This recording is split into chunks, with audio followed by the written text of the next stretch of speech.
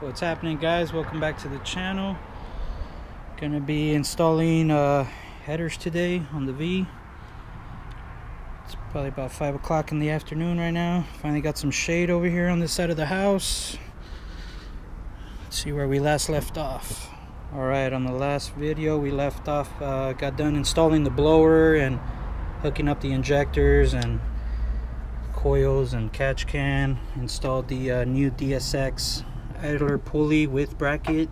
Got the new belt on. Got done slapping on the new Nick Williams throttle body. But let's see where we're at.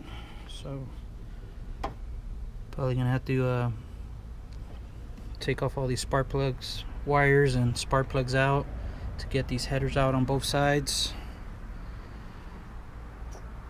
But I'm probably gonna start by raising up the car and disconnecting the exhaust.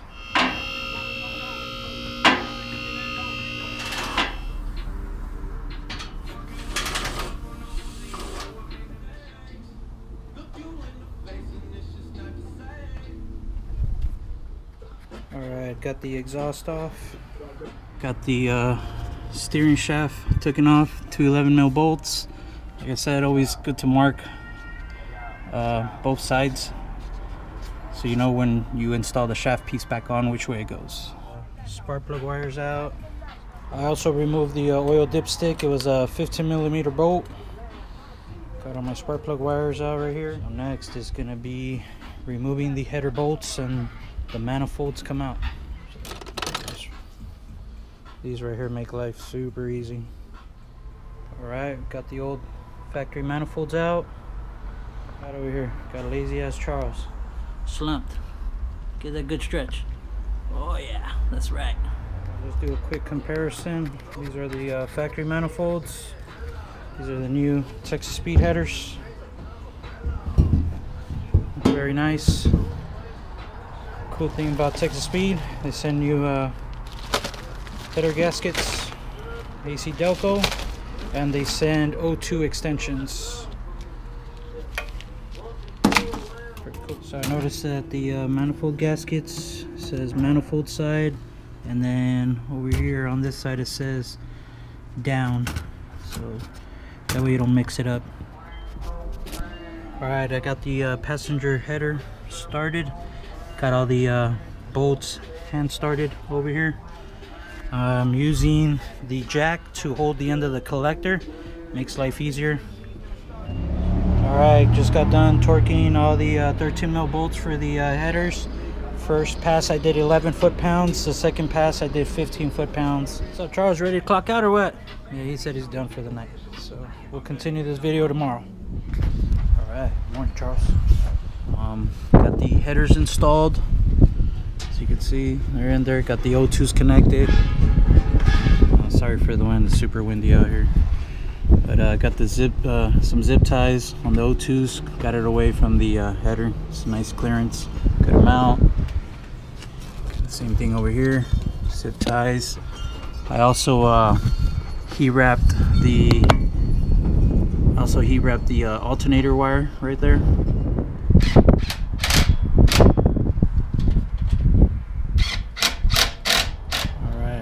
A view of the whole bottom. Alright, about to head over to 6651 Custom. Ryan gave me a call. It seems like my parts are ready. So yeah, let's take that drive. Ready to see? Boom, we're back. Just got back with the parts. Blue figure, yellow, right? Got the lid on wrapped and the sharp bar. Looks nice. Alright, just got done putting the lid back together. Got these torqued to, I just went ahead and I went to 120 inch-pounds. Got the gasket on there. Put the 3 sensors back on. Also installed the dedicated Motorsports dash 12 fittings instead of the traditional barb. Put the plate back on. It's looking good. It's all torqued down. It's ready to be installed in the car.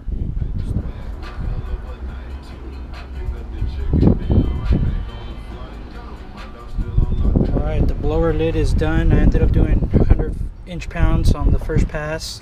Second pass I did 120. Did it slow, took it. Hook up a few of these last sensors in here. That one's hooked up. Looks good. Alright, starting to run my Dash 12 water lines to my intercooler tank. Found a nice little spot, get through right here. Eventually I'll put a heat wrap, like the heat shield, on this side and zip tie it out the way. Alright, just brought the car down. Fed the line through the hole. So what I was going to show you guys is Cadillac has those rubber grommets right here. What I ended up doing, instead of making extra holes on the body, I drilled these out. So you can see they're just plastic. They were closed like that, but I put a little hole saw to it, made a hole, and I'm putting them back in. That way the line does not get chafed and eventually cause a leak. Got everything heat shield by the header. My wire for the pump, my lines goes over the pumpkin, zip tied underneath by the axle area on top, and here it is. Got everything zip tied. This is touching because I still have to clamp the exhaust, but once it's on there, you have pretty good clearance. Put that up a little bit. Alright, let me show you guys the finished product on the ice tank. So you can see you got the lines ran, both sides, drains connected, got the wiring hooked up. So I got the wiring hooked up so where the car turns on and you're driving, the pump turns on, or if you're turned off and you want to circulate ice, you got a switch right here to flip it on. You're in the pits chilling, or you want to cool down the car before a run and you want to keep your car off, got a switch to turn on the pump manually right here. So the icebox setup is done. Alright, so I decided to open up the lid again while I'm circulating water to confirm that there's no water or a leak inside the core from me taking the blower lid apart. Make sure that there's no leaks under here, man. You don't want to hydro lock your engine or something with some water over something so dumb. Also got the drain right here.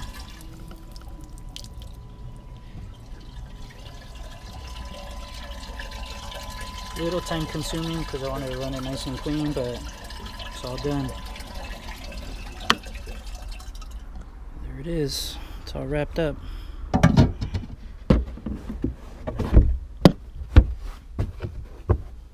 Best thing about it is you could cover it up and make it look like nothing's even back here. Well, that'll do it for today's video. Wrap it up. In this video, you know, we covered the headers, the cooling tank. Took a few days because I only worked on it for like a few hours at a time, but it's finally done. Last thing to do is the auxiliary fuel system, and pretty much ready to hit the rollers. But that'll do it for today's video, man. Y'all guys be safe out there, man. Peace.